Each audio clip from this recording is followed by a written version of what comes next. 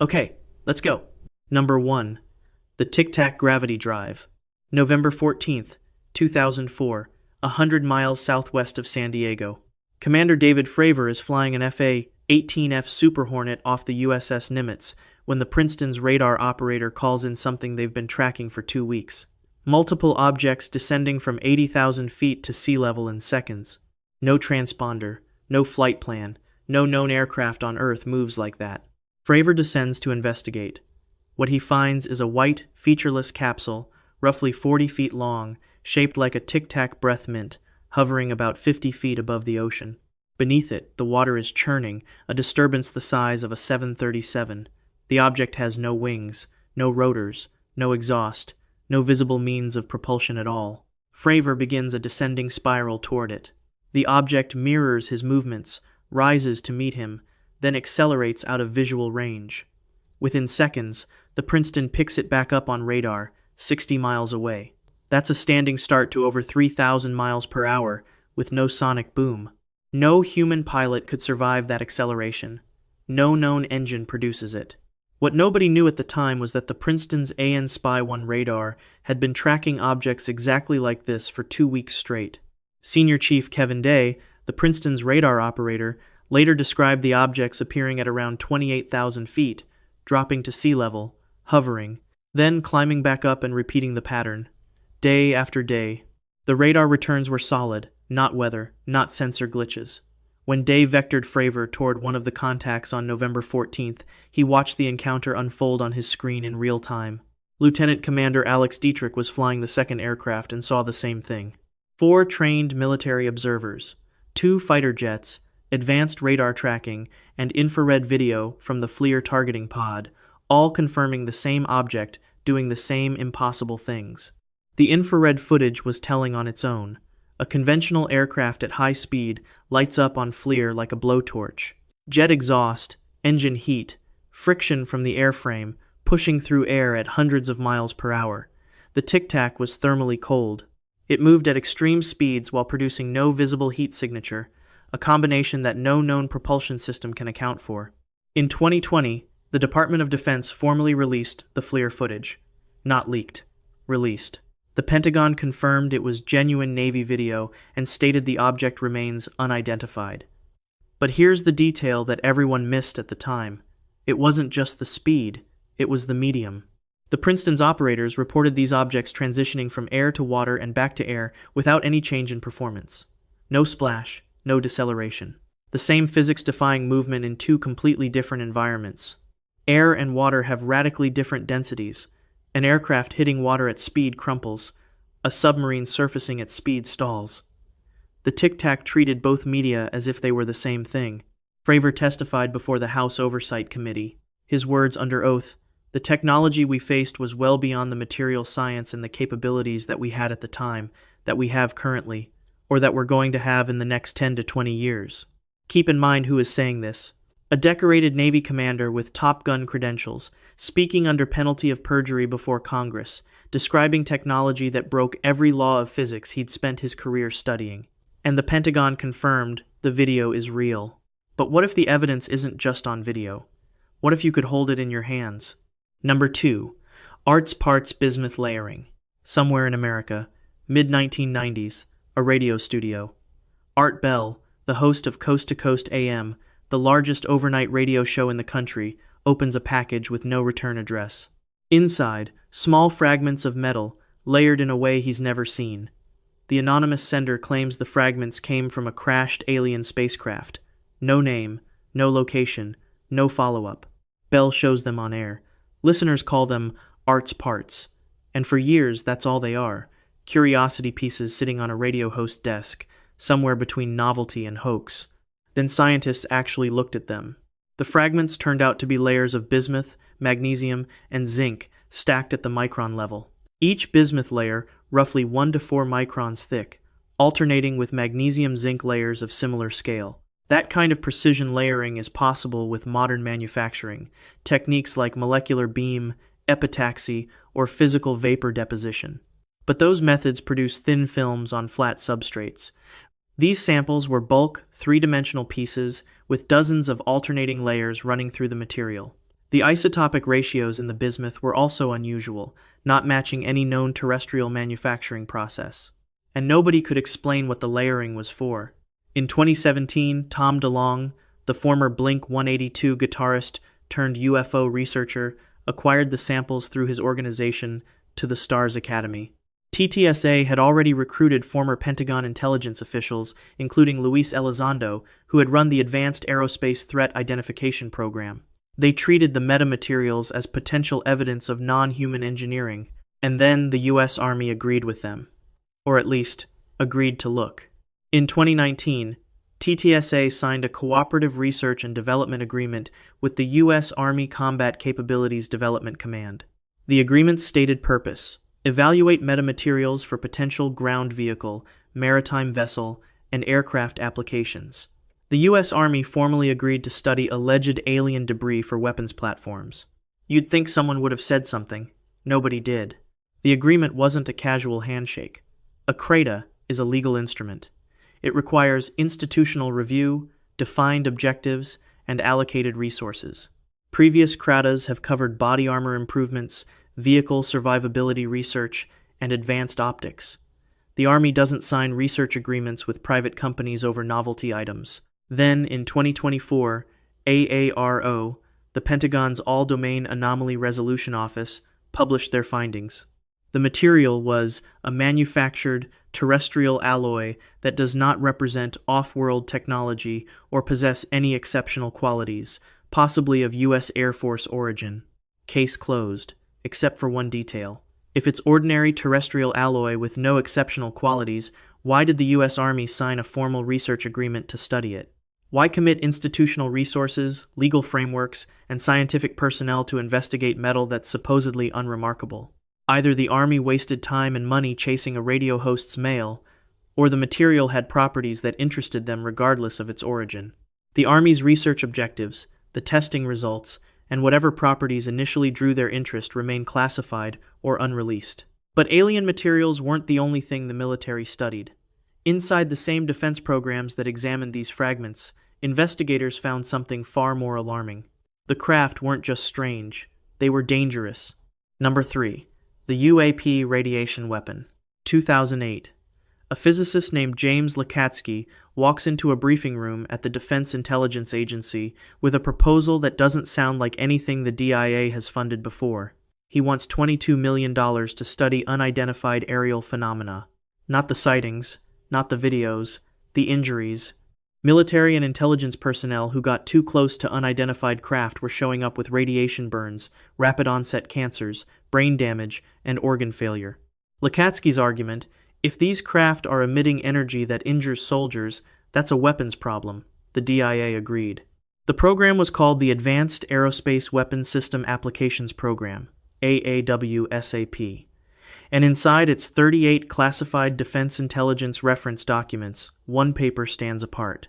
DIRD number 26, Anomalous Acute and Subacute Field Effects on Human Biological Tissues.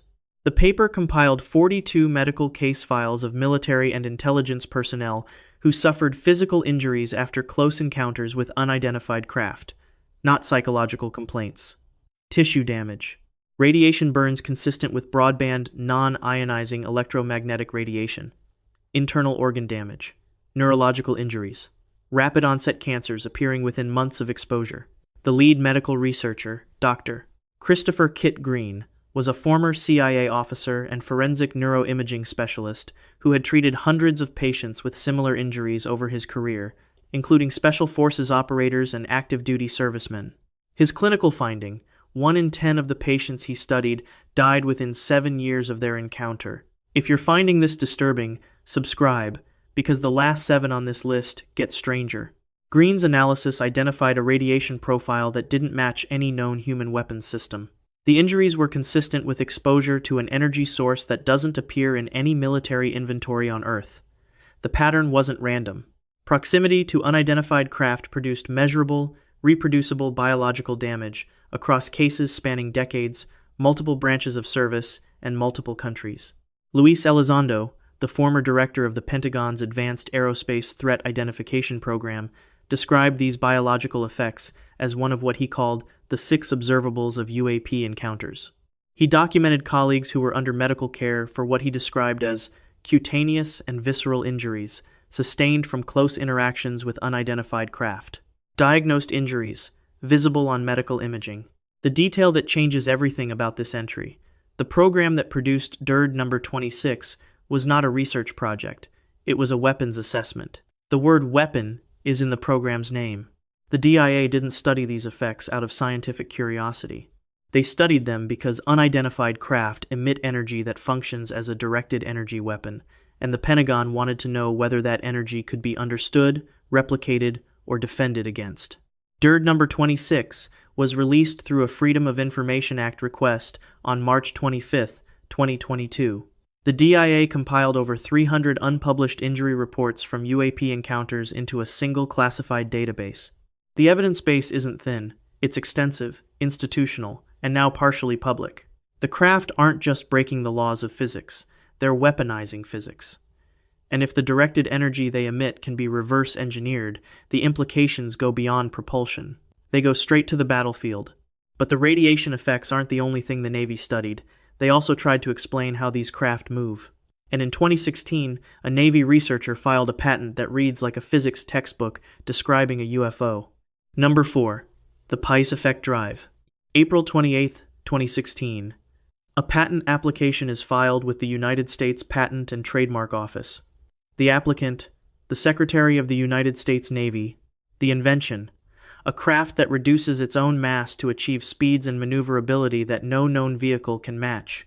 The patent is public, filed by the U.S. government, granted on December 4, 2018.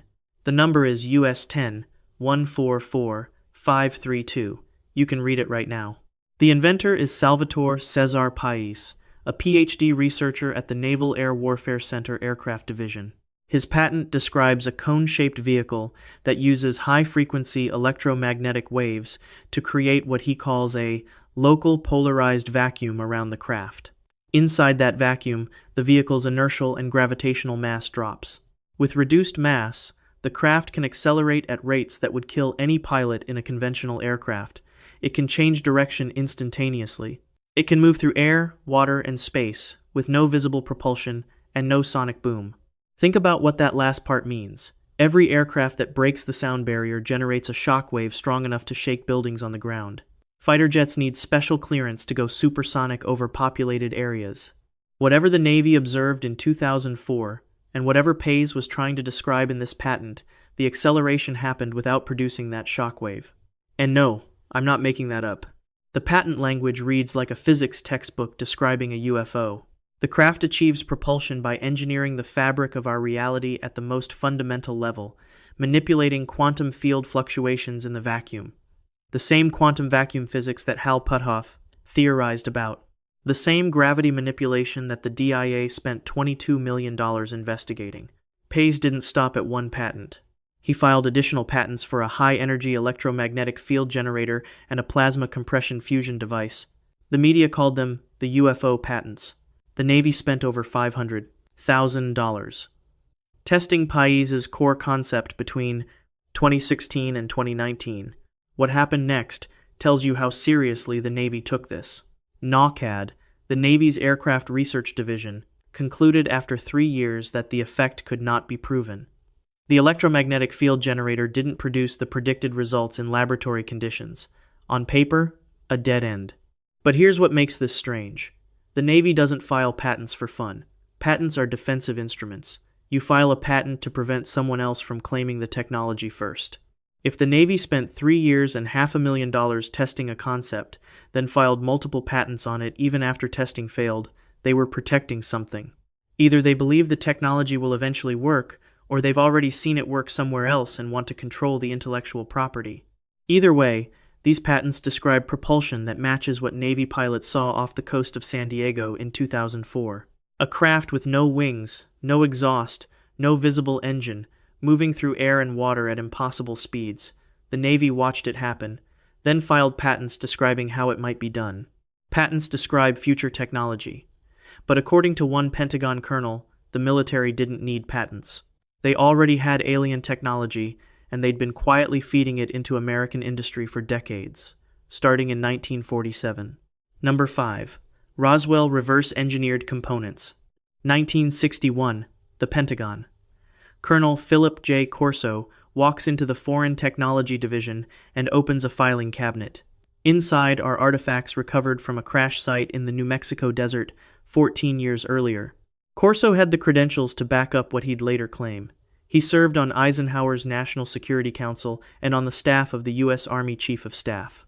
From 1960 to 1962, he ran the Foreign Technology Desk at Army Research and Development, the office responsible for evaluating technology captured from foreign adversaries. According to Corso, the filing cabinet didn't contain Soviet hardware. It contained wreckage from the Roswell crash of 1947, and his job was to distribute it. The pipeline worked like this. Corso took individual components from the recovered debris, thin filaments that transmitted light, wafer-thin chips with integrated circuits, material that intensified ambient light, fiber-like threads stronger than steel. He packaged each piece separately and sent them to American defense contractors, Bell Labs, IBM, Dow Corning, Hughes Aircraft. The contractors were told the materials came from foreign adversaries. They were never told the source was extraterrestrial. Each component went to a contractor already working in that field, so the alien origin would be invisible. A light-amplifying material went to a company researching night vision. Filaments that transmitted light went to a lab working on signal transmission. The contractors assumed they were reverse-engineering Soviet hardware, which was the Foreign Technology Division's normal job. The pipeline stayed buried for decades. Then Corso came forward with the specifics. In his 1997 book, The Day After Roswell, published by Pocket Books, an imprint of Simon & Schuster, Corso named the technologies he claimed were seeded from alien wreckage into American industry. Integrated circuits, the chip in your phone right now, fiber optics, the cable carrying your internet, lasers, super tenacity fibers like Kevlar, night vision devices, and particle beam weapons, the concept behind Reagan's Strategic Defense Initiative. Corso's book carried a foreword by Senator Strom Thurmond, who later withdrew it, claiming he hadn't been told the book involved UFOs. But Thurmond's office never disputed that Corso served on the National Security Council or held the positions he claimed. His military career is verified. His security clearances were real. His access to the Foreign Technology Division is a matter of Army record. The counter-argument is straightforward. Every technology Corso named has a documented development history that predates 1947. Fiber optics research traces back to the 1840s. Jack Kilby and Robert Noyce independently invented the integrated circuit in the late 1950s. Night vision technology evolved through multiple generations of military research. Critics say Corso took credit for innovations that would have happened anyway. But Corso never claimed he invented these technologies. He claimed the alien materials accelerated timelines that might have taken decades longer. The integrated circuit went from theoretical concept to working prototype in roughly 12 years after Roswell. Fiber optics went from laboratory curiosity to practical application in the same period. Corso never argued that humans couldn't have developed these things on their own. His claim was that the wreckage gave them a blueprint, a shortcut, a proof of concept that turned speculative physics into funded engineering. Look at the phone in your hand. Corso would tell you that's where the Roswell debris ended up 3 generations later. Corso described a pipeline from the 1960s, but the reverse engineering claims don't stop at components. According to some accounts, they built the whole craft. Number 6. The TR-3B Black Manta. Night. A rural highway somewhere in the American Midwest. You're driving and something blocks out the stars.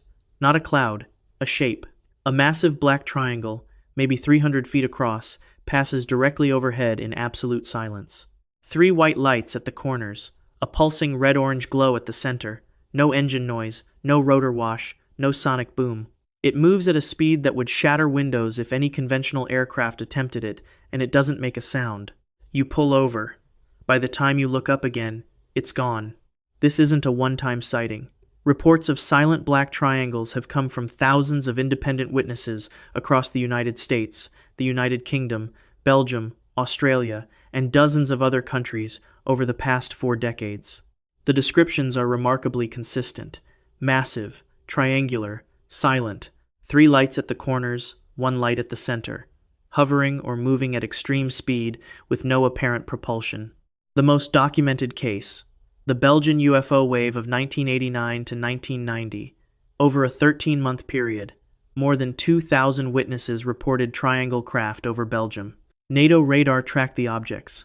The Belgian Air Force scrambled 2 F-16 fighters that locked onto the targets with radar, only to watch them accelerate away at speeds the jets couldn't match. The Belgian military officially acknowledged the events and stated they could not identify the craft. General Wilfried de Brouwer, the Belgian Air Force's chief of operations during the wave, held a press conference in 1990 presenting radar data and F-16 gun camera footage. No NATO Air Force had ever publicly acknowledged tracking unidentified triangular aircraft before. The Belgian investigation stands out because it was conducted openly by the country's own military, with radar data, fighter intercepts, and thousands of civilian witnesses all corroborating the same observations. Major General Wilfried de Brouwer, who oversaw the Belgian Air Force response, later presented the full radar data at the National Press Club in Washington. The Belgian government never offered a conventional explanation. The claim from insiders is that these aren't alien, they're ours. The TR-3B Black Manta is allegedly a classified American surveillance and combat platform built using reverse-engineered alien propulsion. The name and specifications emerged in the late 1990s from Edgar Fouché, who claimed first-hand knowledge of the program. According to Fouché, the TR-3B uses a nuclear-powered mercury plasma rotating at high speed around a pressurized ring called a magnetic field disruptor. This rotating plasma supposedly creates a magnetic vortex field that reduces the vehicle's mass by up to 89%. With 89% of its weight neutralized, conventional thrusters can push the remaining mass to extraordinary speeds with almost no fuel and zero sound. The official explanation is flares, or drones, or atmospheric phenomena. Flares that hover in triangular formation, make no sound, outrun fighter jets, and show up on NATO radar in the same configuration across multiple countries and decades. No official military documents, no confirmed photographs, no credible engineering reports have proven the TR-3B exists.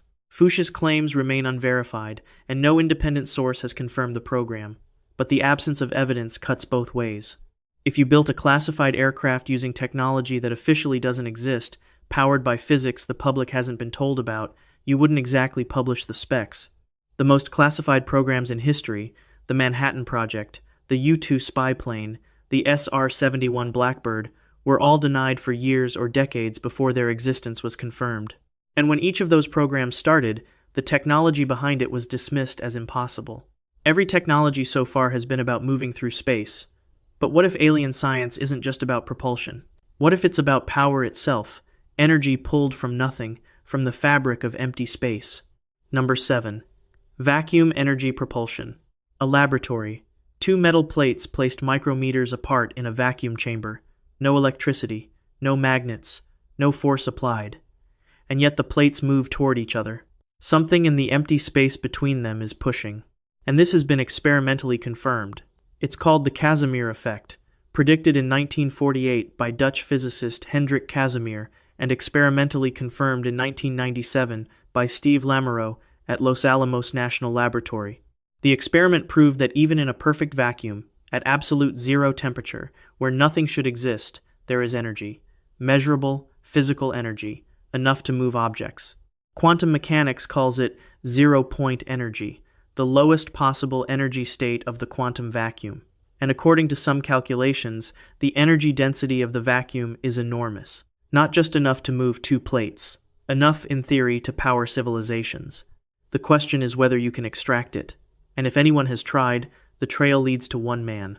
If you're still here, and this is blowing your mind, subscribe, because the last 3 on this list go somewhere you won't expect.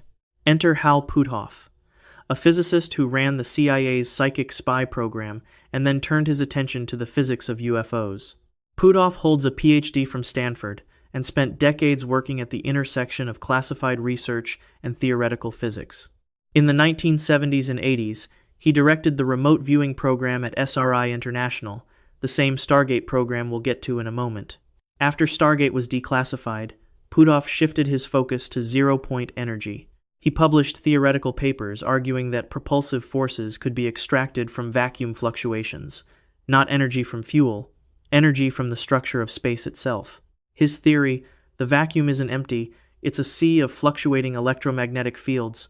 If you can interact with those fields the right way, you can extract energy or generate thrust without any onboard fuel. No exhaust, no propellant, and theoretically unlimited range. Puthoff's math is coherent. Peer-reviewed physicists have engaged with it seriously, even when they disagree with his conclusions. The Casimir effect proves the vacuum energy exists. Multiple laboratories have replicated the effect since 1997. The energy density of the quantum vacuum, according to some theoretical calculations, exceeds the energy density of nuclear fuel by orders of magnitude. The debate is whether it can be harvested at scale. And this is where the threads converge. Puthoff served as a scientific advisor to Tom DeLonge's TTSA, the same organization that acquired the metamaterials and signed the Army Research Agreement. He was linked to AAWSAP and AATIP, the Pentagon's UAP investigation programs, and the Navy's Pais patents, the ones describing a craft that reduces its own mass, cite manipulation of quantum field fluctuations as the mechanism, the same physics Puthoff theorized about. Tom Bearden pushed the concept further, claiming artificially produced scalar electromagnetic waves could affect weather, disrupt electronics, and even influence human cognition at a distance. Bearden's work sits firmly on the fringe, well outside mainstream physics, but his theories were reportedly studied by defense agencies during the Cold War when both superpowers investigated anything that might provide a strategic edge. The Casimir effect is real, the energy is real, the only question is scale, and the people pushing hardest to answer that question have been doing it inside classified programs. Puthoff didn't start with physics, he started with the mind, and the program he ran for the CIA might be the strangest weapon the military ever developed. Number 8. Stargate Psychic Targeting. Fort Meade, Maryland, 1977. A windowless room inside a classified facility. A man sits at a table with a pen and a blank sheet of paper. He's been given a set of coordinates. Numbers on a page, nothing else. No maps, no photographs, no context. His target is a Soviet submarine base he's never seen, thousands of miles away across an ocean. He picks up the pen and begins to draw. This was the Stargate program. And for nearly 20 years, the United States military paid people to do exactly this. The program began because of the Soviets. In the late 1970s, U.S. intelligence agencies learned that the Soviet Union was pouring resources into psychic research, investigating whether the human mind could perceive distant locations, influence physical systems, or gather intelligence without any physical presence at the target. The CIA and the Defense Intelligence Agency decided they simply couldn't afford to fall behind. If psychic perception was real, the Soviets couldn't be the only ones weaponizing it. SRI International, a major defense research institute in Menlo Park, California, got the contract. They established a program to investigate remote viewing, the ability to perceive and describe distant targets using nothing but the mind. The program operated under multiple code names over its lifespan: Gondola Wish, Grill Flame, Center Lane, Sunstreak, and finally Stargate. It ran from 1977 to 1995, 18 years and approximately $20 million in funding, all directed at a sustained, classified military intelligence program with operational tasking against real targets. Viewers were given nothing but coordinates. No context, no photographs, no clues about what was located at those numbers. In documented sessions, several viewers produced drawings and descriptions that matched classified targets closely enough that the intelligence community kept renewing the program's funding year after year. The viewers worked blind. They received coordinates, sometimes just a string of numbers, and were asked to describe what was at the target location. No photographs, no context, no clues. Some sessions produced drawings and physical descriptions detailed enough to match satellite imagery of the same target taken months later. And the timing of what happened next? Almost too perfect. During the mid to late 1980s, under the DIA's Project Sunstreak, remote viewers were given targets that went beyond Soviet military installations. Declassified session reports describe viewers being tasked against locations on Mars. The sessions produced descriptions of ancient structures, tall beings, and a dying civilization. Whether these sessions were legitimate intelligence exercises or exploratory experiments in the boundaries of human perception, one thing is documented. The U.S. military's psychic spying program was aimed at extraterrestrial targets using taxpayer money. The program was declassified in 1995. The CIA commissioned an external review, which concluded that remote viewing had not been shown to have value in intelligence operations. The program was shut down. But one detail complicates that conclusion. Former remote viewer Joe McMoneagle, who participated in over 400 intelligence sessions during the program, was awarded the Legion of Merit for his contributions. The military doesn't hand out medals for a program that produced nothing, and the timeline raises its own questions. If remote viewing was worthless, why did the DIA fund it for 18 years? The CIA doesn't sustain programs for 2 decades out of curiosity. Every year required budget justification, progress reports, and results compelling enough to survive congressional review cycles. Either the program produced something useful that wasn't included in the declassification, or the intelligence community spent $20 million over 18 years on a program they knew didn't work, and nobody stopped it. And then there's the question nobody in the review addressed. Why were some sessions targeting non-terrestrial locations? What did the intelligence community already know, or suspect, about the connection between human consciousness and non-human intelligence? Remote viewers claimed they could see across space. But one alleged program went further. It claimed to see across time. Number 9. Project Looking Glass. An underground facility. A large ringed device sits in the center of a concrete chamber. Technicians power it on. Inside the ring, the air shimmers, distorts, and images begin to form. They show events that haven't happened yet. This is the claim behind Project Looking Glass, the most exotic technology on this list. A device allegedly recovered from or inspired by non-human intelligence, designed to view probable future timelines. The primary source is Dan Burish, who claims to have worked as a microbiologist at SFOR, the same facility Bob Lazar described near Area 51. Burish says the Looking Glass device creates controlled distortions of space-time. The operator inputs variables, current conditions, geopolitical states, and the device projects holographic images of what will likely happen next. The goal, according to Burish, was not prophecy, but probability, multiple timelines branching from the same starting point, each one visible and accessible. Burish described the technology as being used for strategic military planning, running probable outcomes of geopolitical decisions with a level of detail no conventional computer model could match. According to his account, the program was eventually restricted because the timelines began converging on catastrophic outcomes and continued observation was considered destabilizing. A companion device called the Yellow Cube was allegedly a communication tool, either from extraterrestrial beings or from humans living in a future timeline who had already developed the technology and sent it back. The Yellow Cube supposedly allowed direct communication with non-human intelligence or with our own distant descendants. If you're wondering how that's even possible, so is everyone who's looked into it. No verifiable evidence supports any of this. No official documents, no technical verification, no confirmed whistleblowers beyond Burish, whose credentials have never been independently validated. Project Looking Glass sits at the deepest layer of the UFO claims spectrum, where documentation gives way to testimony, and testimony gives way to allegation. But consider the physics for a moment. If zero-point energy is real, and the Casimir effect confirms that it is, then the quantum vacuum contains energy and structure. If gravity manipulation is possible, and the Navy filed patents describing exactly that, then space-time is not fixed. It can be warped. And if space-time can be warped, then the distinction between spatial manipulation, which is propulsion, and temporal manipulation, which is perception of past and future states, is a matter of degree, not kind. Looking Glass is the logical extension of every technology on this list. If you accept that gravity manipulation is theoretically possible, then viewing across time is not a separate category of impossibility. It's the same physics applied in a different direction. Every technology in this video started as an unverified claim.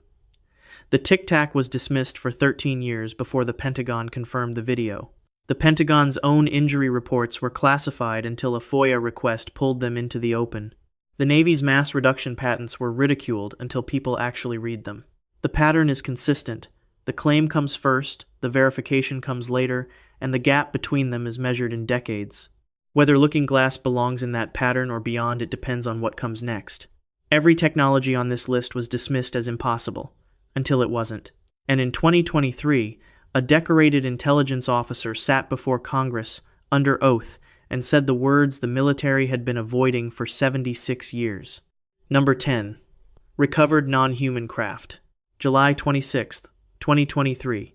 Capitol Hill, Washington, D.C. A man in a dark suit sits before the House Oversight and Accountability Subcommittee. He raises his right hand. He swears to tell the truth, the whole truth, and nothing but the truth. Then he tells Congress that the United States government possesses non-human spacecraft and dead pilots, and that programs to study them have been hidden from congressional oversight for decades. His name is David Grush. He spent his career inside the intelligence community, serving on the Pentagon's Unidentified Aerial Phenomena Task Force and as the National Reconnaissance Office's representative to that same task force. He held the clearances, the assignments, and the institutional access to know what he was talking about.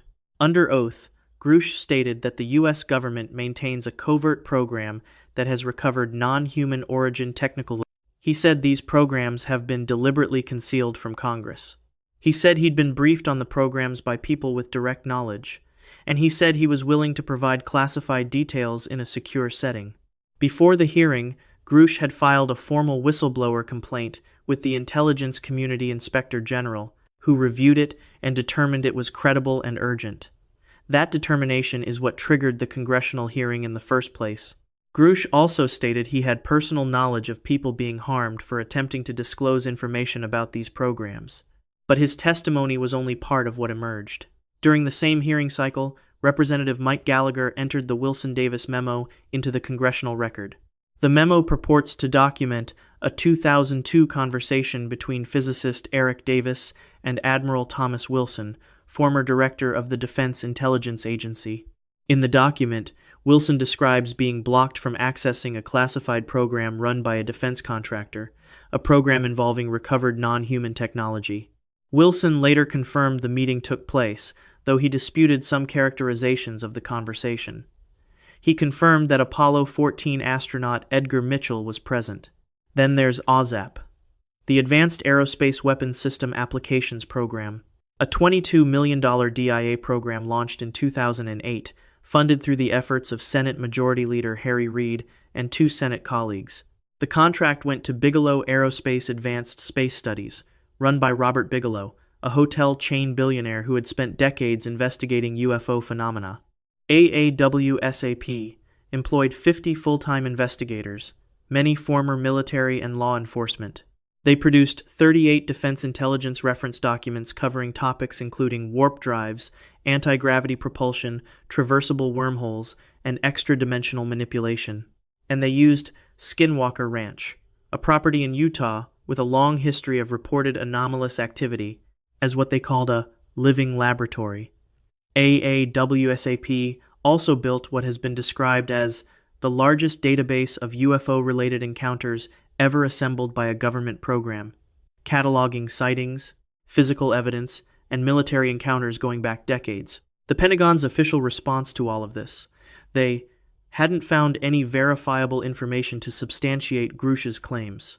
AARO's director, Dr. Sean Kirkpatrick, said they found no evidence of extraterrestrial activity or off-world technology. But the gap between what the Pentagon says publicly and what intelligence officers are willing to testify to under oath keeps getting wider. But here's the thread that connects everything on this list: directed energy that injures and kills military personnel, metamaterials with unexplained layering, Navy patents describing gravity manipulation, a Pentagon colonel's filing cabinet full of alien wreckage, silent black triangles over NATO airspace, energy extracted from the quantum vacuum, a CIA program that aimed psychic perception at Mars, a device that allegedly peers through time, and now a decorated intelligence officer under oath before Congress saying the crash retrieval programs are real.